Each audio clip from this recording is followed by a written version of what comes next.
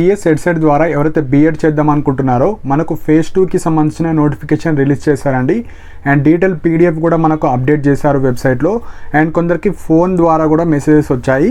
So ఈ వీడియోలో 2 important points చెప్తాను. ఫస్ట్ ఇంపార్టెంట్ పాయింట్ వచ్చేసి మనకు టీఎస్ వెబ్సైట్కి సంబంధించిన ఇంపార్టెంట్ డేట్స్ చెప్తాను.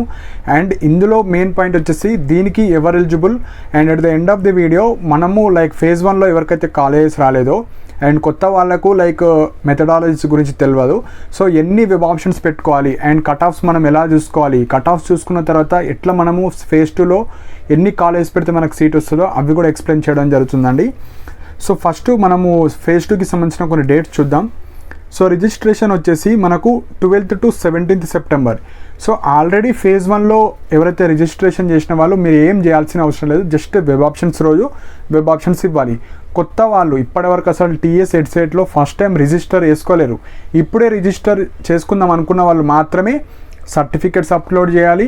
అప్లోడ్ చేసిన తర్వాత మిమ్మల్ని వెరిఫై చేస్తారు. వెరిఫై చేసిన తర్వాత మీ ఏవైతే సర్టిఫికెట్స్ ప్రాపర్గా ఉంటాయో అప్పుడు మీరు కూడా వెబ్ ఆప్షన్స్ పెట్టుకోవచ్చు. సో రిజిస్ట్రేషన్ వచ్చేసి 12th to 17th September. So మనకు ఒక 6 days టైం ఉంది కాబట్టి మీరు అప్లోడ్ చేసుకోవచ్చు రేపటి నుంచి. మనకు ఎలిజిబుల్ లిస్ట్ అండి. సో 18th రోజు ఫేజ్ 2లో ఎవరైతే రిజిస్టర్ అయ్యారు ఓన్లీ కొత్త వాళ్ళు, వాళ్ళ యొక్క సర్టిఫికెట్స్ అన్నీ చూసి మీ సర్టిఫికెట్స్ అన్నీ ప్రాపర్గా ఉంటే మీరు వెబ్ ఆప్షన్స్ పెట్టుకోవచ్చు.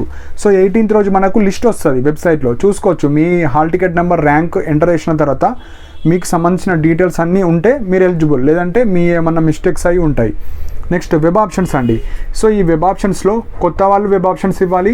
ఆల్రెడీ ఫేజ్ 1లో ఏదో ఒక కాలేజ్ వచ్చిన వాళ్ళు కూడా ఇవ్వచ్చు, అసలు ఫేజ్ 1లో సీట్ రాని వాళ్ళు ఇవ్వచ్చు. కొత్త వాళ్ళు ఇప్పుడు ఫేజ్ 2లో ఎవరైతే రిజిస్ట్రేషన్ చేసుకుంటున్నారో వాళ్ళు ఇవ్వచ్చు. సో ఇక్కడ 3 type ఆఫ్ స్టూడెంట్స్ ఉంటారు, ముగ్గురు కూడా ఇవ్వచ్చు.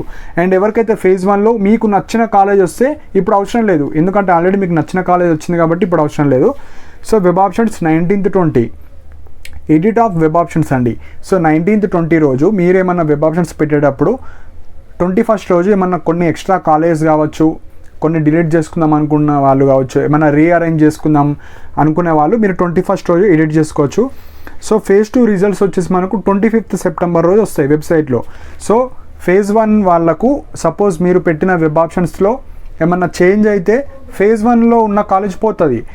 అదే కొత్త వాళ్ళు, సో కొత్త వాళ్ళు ఏం చేయాలంటే ఇప్పుడు ఎక్కువ వెబ్ ఆప్షన్స్ ఇవ్వాలి. సో చాలా స్టూడెంట్స్కి ఫేజ్ 1లో సీట్ రాలేదు. ఎందుకు రాలేదంటే వాళ్ళు 2-3 కాలేజ్ పెట్టడం కానీ వాళ్ళ జిల్లాలో ఉన్న కాలేజ్ పెట్టడం వల్ల వాళ్ళకి సీట్స్ పోయినాయి.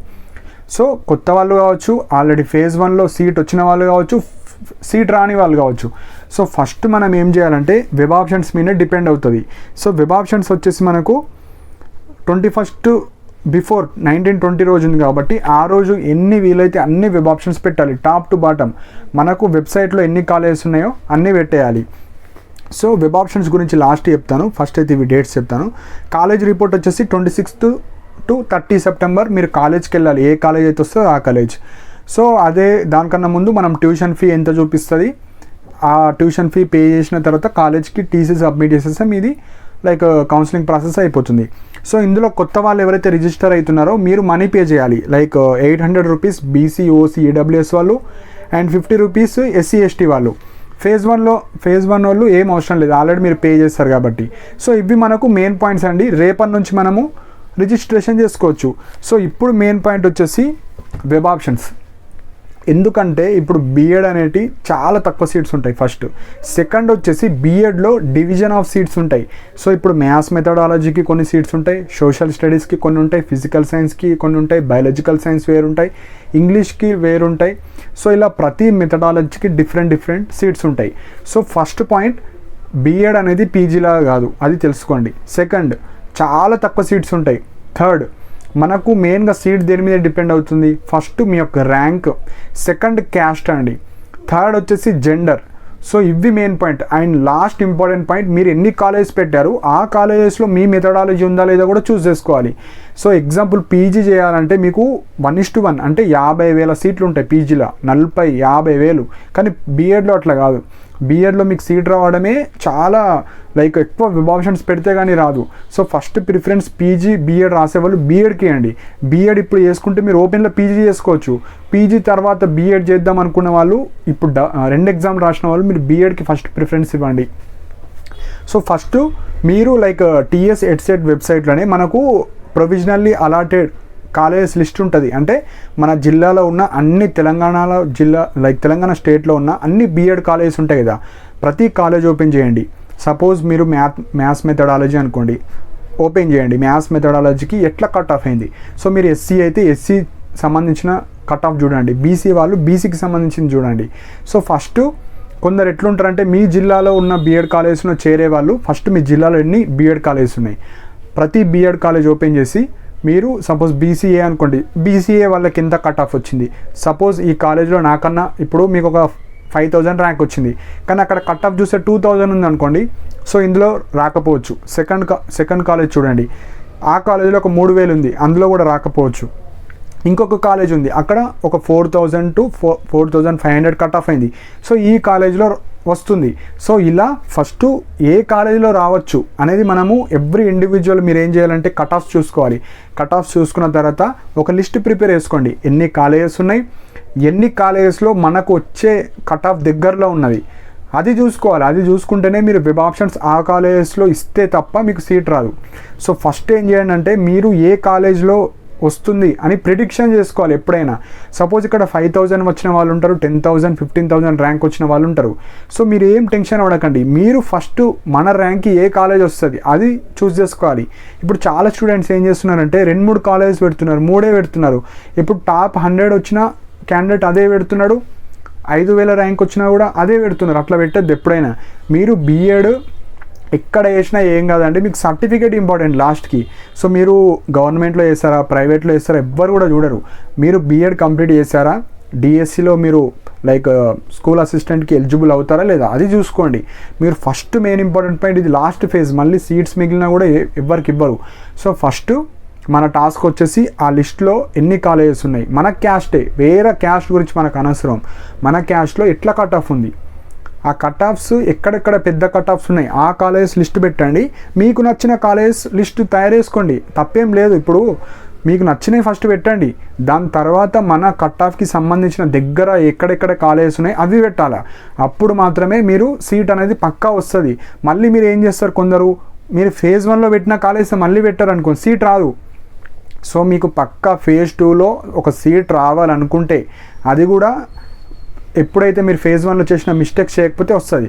సో ఫస్ట్ మీకు నచ్చినవి అన్నీ పెట్టేయండి. గవర్నమెంట్ పెడతారా, మీ జిల్లాలో ఉన్నాయి పెడతారా, మీ పక్క జిల్లాలో పెడతారు, పెట్టండి, ఎన్నని పెట్టండి. కానీ దాని తర్వాత ఎట్లా పెట్టాలంటే మీరు తెలంగాణ జిల్లాలో ఉన్న అన్ని మీ పక్కన డిస్ట్రిక్ట్స్ అన్నీ వరుసగా ఆ కాలేజ్ ఓపెన్ చేయాలి, ఎన్ని వేకెన్సీస్ ఉన్నాయి, ఎంత కట్ ఆఫ్ ఉంది, ఒక లిస్ట్ ప్రిపేర్ చేసుకోవాలి. ఇప్పటి నుంచి ప్రిపేర్ చేసుకొని పెట్టుకుంటేనే మీకు అప్పటిదాకా మీకు ఒక ఐడియా వస్తుంది. రేపు వెబ్ ఆప్షన్స్ అనగానే ఇప్పుడు చూసుకొని మళ్ళీ లాస్ట్ 5 కాలేజీలు 10 కాలేజీలు పెట్టి నాకు సీట్ రాలేదంటే రాదండి, ఇది పీజీలా కాదు. సో బీఎడ్ చేద్దాం అనుకున్న వాళ్ళు పక్కా ఎక్కడ వచ్చినా చేసేటట్టు ఉంటేనే బీఎడ్ వస్తుంది. ఇప్పుడు బై మిస్టేక్ మళ్ళీ మిస్టేక్స్ అవే సేమ్ చేశారనుకోండి, మీరు నెక్స్ట్ ఇయరే ఇక మీరు ఓపెన్లో కూడా చేసుకోవడానికి ఛాన్సెస్ ఉండదు. ఎవరికైతే టీటీసీ ఉండాలి లేదంటే ఎక్స్పీరియన్స్ సర్టిఫికేట్ ఉన్న వాళ్ళకి ఇది పీజీ లాగా ఓపెన్ పీజీ చేసుకుంటా నేను సీట్ రాకపోతే అనేది ఉండదు. పక్కా ఎవరైతే బీఎడ్ చేద్దాం అనుకున్న వాళ్ళు మీరు ఎక్కడ వచ్చినా చేసేటట్టు ఉంటేనే వస్తుంది. సో ప్రాపర్గా ఒకటే లిస్ట్ చూడాలి, కాలేజెస్ అన్నీ ప్రిపేర్ చేసుకోండి, పక్కా వస్తుంది సీటు. ఎందుకంటే ఇక్కడ పీజీ చేసే వాళ్ళు వెళ్ళిపోతారు, కొందరు టీటీసీ చేసే వాళ్ళు వెళ్ళిపోతారు, మళ్ళీ వేరే ఎంబీఏ ఎంసీఏ వాళ్ళు వెళ్ళిపోతారు, కొందరు గవర్నమెంట్ జాబ్స్ ప్రిపేర్ అవుదామని వెళ్ళిపోతారు.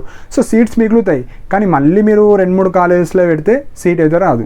ఎందుకంటే మీ ర్యాంక్ ఇంపార్టెంట్. ఇప్పుడు మీకు సీట్ రాలేదంటే మీకన్నా టాపర్స్ ఉన్నట్టే కదా. సో వాళ్ళ సీట్లు అటు పోని, కానీ మనకు సీట్ రావాలంటే కింద కాలేజెస్ అన్నీ మంచిగా పెట్టండి. సో బీఎడ్ ఎక్కడ చేసినా ఏం కాదు. సో ఇది పీజీ కాలేజ్ కాదు, యూనివర్సిటీ వస్తేనే నాకు అన్ని ఫెసిలిటీస్ వస్తాయి కాదు, ఇది బీఎడ్ కాబట్టి ఎక్కడ చేసినా ఏం కాదు. సో ఫైనల్గా BEd certificate important. So web options ఎక్కువ పెట్టాలి, పక్కా సీట్ వస్తుంది. సో ఇవ్వండి, ఈ టిప్స్ ఫాలో అయితే పక్కా మీకు సెకండ్ ఫేజ్లో అయితే పక్కా సీట్ వస్తుంది. వెబ్ ఆప్షన్స్ పెట్టేటప్పుడు చాలా జాగ్రత్తగా అన్ని వెబ్ ఆప్షన్స్ పెట్టండి. సో నెక్స్ట్ మన కట్ ఆఫ్స్ ఏ విధంగా ఉన్నాయి, ఒక్కొక్క కాలేజీలు ఎట్లున్నాయి అవి ఒక వీడియో చేస్తాను. సో దట్ మీకు ఇంకా క్లారిటీగా ఐడియా వస్తుంది. సో దట్ ఎవరైతే ఫేజ్ 1లో మిస్టేక్ చేస్తారో వాళ్ళు ఫేజ్ 2లో ఇలాంటి మిస్టేక్స్ చేయరు, మీకు కూడా ఒక కాలేజ్ వస్తుంది. సో ఆ వీడియో చేస్తాను. సో ఫస్ట్ అయితే ఎవరైతే కొత్త వాళ్ళు ఉంటారో రిజిస్ట్రేషన్ చేసుకోండి. పాత వాళ్ళు ఫేజ్ 1లో వచ్చిన వాళ్ళు ఎవరైతే కాలేజీలో అడ్మిట్ అయిన వాళ్ళు జస్ట్ వెబ్ ఆప్షన్స్ రోజు వెబ్ ఆప్షన్స్ పెట్టుకోండి. సో ఇంకా ఏమైనా డౌట్స్ కానీ ఏమైనా ఉంటే కింద కమెంట్ సెక్షన్లో మెన్షన్ చేయండి. అండ్ ఏమన్నా పర్సనల్ గైడెన్స్ కావాలనుకుంటే ఇప్పుడు టీటీసీ రాసిన వాళ్ళు ఉంటారు, బీఎడ్ కూడా రాసి ఉంటారు, పీజీ కూడా రాసి ఉంటారు కొందరు. సో ఎందులో జాయిన్ అవుతే మీకు తొందరగా జాబ్ వస్తుంది? గవర్నమెంట్ టీచర్ సైడ్ వెళ్తారా, లేదంటే డిఎల్ అవుతారా, జేఎల్ అవుతారా? ఏమైనా డౌట్స్ ఇలాంటివి ఉంటే లైక్ మెంబర్షిప్ తీసుకోండి. లైక్ ఎవరైతే నా ఛానల్ని సబ్స్క్రైబ్ చేసుకున్నారో జాయిన్ బటన్ ఉంటుంది. సో మోస్ట్లీ నా ఛానల్ అందరు స్టూడెంట్స్ ఉంటారు కాబట్టి మీకేమైనా పర్సనల్ గైడెన్స్ కావచ్చు, ఏమన్నా ఇంకా ఈ టీటీసీ కావచ్చు, బీఎడ్ కావచ్చు, పీజీకి సంబంధించిన ఏమైనా డౌట్స్ ఉంటే మీరు అడగవచ్చు. ఎన్ని డౌట్స్ అడిగినా నేను క్లారిఫై చేస్తాను. సో స్టూడెంట్స్ కోసం యూస్ఫుల్ ఉంటుందని జస్ట్ 29 రూపీస్ పెట్టాను. ఆ 29లో కూడా మనకు యూట్యూబ్ అతను ఒక 10 రూపీస్ తీసుకొని 18 రూపీస్ నాకు సెండ్ చేస్తాడు. సో డౌట్స్ ఉన్న వాళ్ళు మాత్రమే తీసుకోండి. సో బలవంతం ఏం లేదు. సో నేను క్లారిటీగా అన్ని కట్ ఆఫ్స్ కావచ్చు, అన్ని ఇంపార్టెంట్ పాయింట్స్ చెప్పడం జరుగుతుంది. కాకపోతే కొందరు ఎవరైనా పర్సనల్ గైడెన్స్ తీసుకోవాలి, లైక్ మీరు కమెంట్ పెట్టినప్పుడు నాకు హైలైట్ అవుతుంది. సో అప్పుడు మీ కమెంట్కి డీటెయిల్ ఎక్స్ప్లెనేషన్ ఇవ్వడం జరుగుతుంది అంతే. ఆ ఒక్క బెనిఫిట్ ఇస్తా. మీరు ఏ క్వశ్చన్స్ అన్నీ అడగచ్చు. సో రిప్లై ఇవ్వడానికి ట్రై చేస్తా. తెలియకపోతే వేరే వాళ్ళ ద్వారా తెలుసుకొని మీకు ఆన్సర్స్ ఇవ్వడం జరుగుతుంది. సో ఇంకా మెయిన్ పాయింట్ వచ్చేసి బీఎడ్ సీట్ రావాలంటే వెబ్ ఆప్షన్స్ ఎక్కువ పెట్టాలండి. వేరే ఆప్షన్ అయితే లేదు. ఇది పీజీలాగా కాదు. సో ఈసారి అయితే మిస్టేక్ చేయకండి. లాస్ట్ ఇయర్ కూడా సేమ్ మిస్టేక్ చేశారు. ఫేజ్ 1లో కూడా అదే మిస్టేక్ చేశారు. ఫేజ్ 2లో మిస్టేక్ చేయకండి. సో దట్ మీకు ఒక బీఎడ్ సీట్ అయితే రావడం జరుగుతుంది. సో ఇలాంటి అప్డేట్స్ కోసం నా ఛానల్ని సబ్స్క్రైబ్ చేసుకోండి. And thank you for watching my video.